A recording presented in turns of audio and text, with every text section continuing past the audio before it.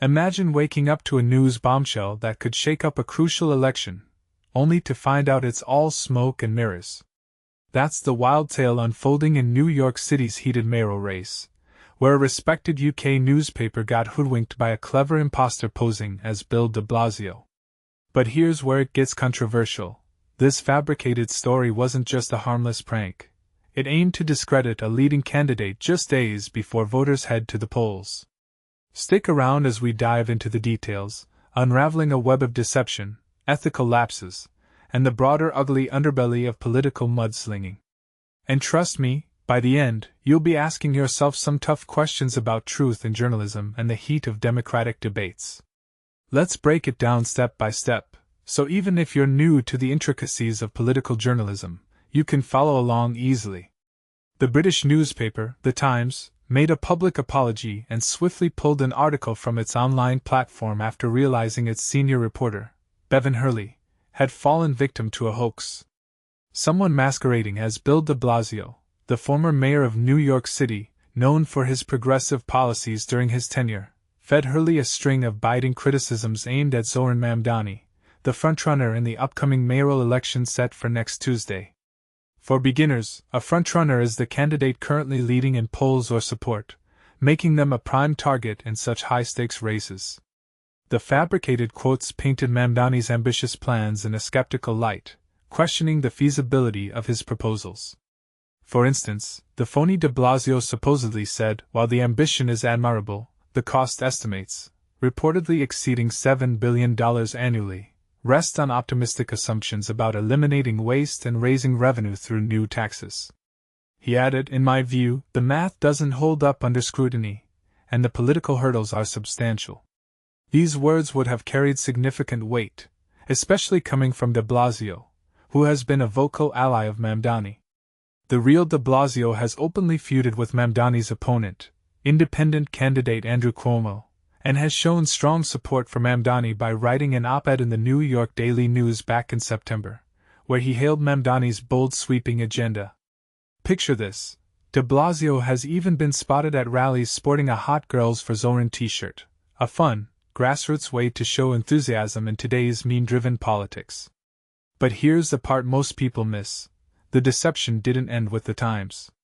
The New York Post, another major outlet, initially amplified the story by republishing the fake quotes, only to update their piece after de Blasio came forward with a scathing statement.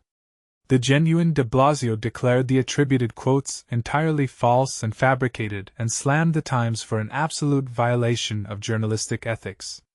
A spokesperson for Cuomo even shared the original article on social media, dismissing Mamdani's ideas as mere glitter and vibes, a catchy insult that highlights how social platforms can spread misinformation like wildfire. The Times issued their own apology, stating, "The Times has apologized to Bill de Blasio and removed the article immediately after discovering that our reporter had been misled by an individual falsely claiming to be the former New York mayor." Notably, neither the Times nor Hurley responded to inquiries about the incident, leaving the public to speculate on how such a blunder could happen in the first place. This episode is just one thread in a larger, troubling tapestry.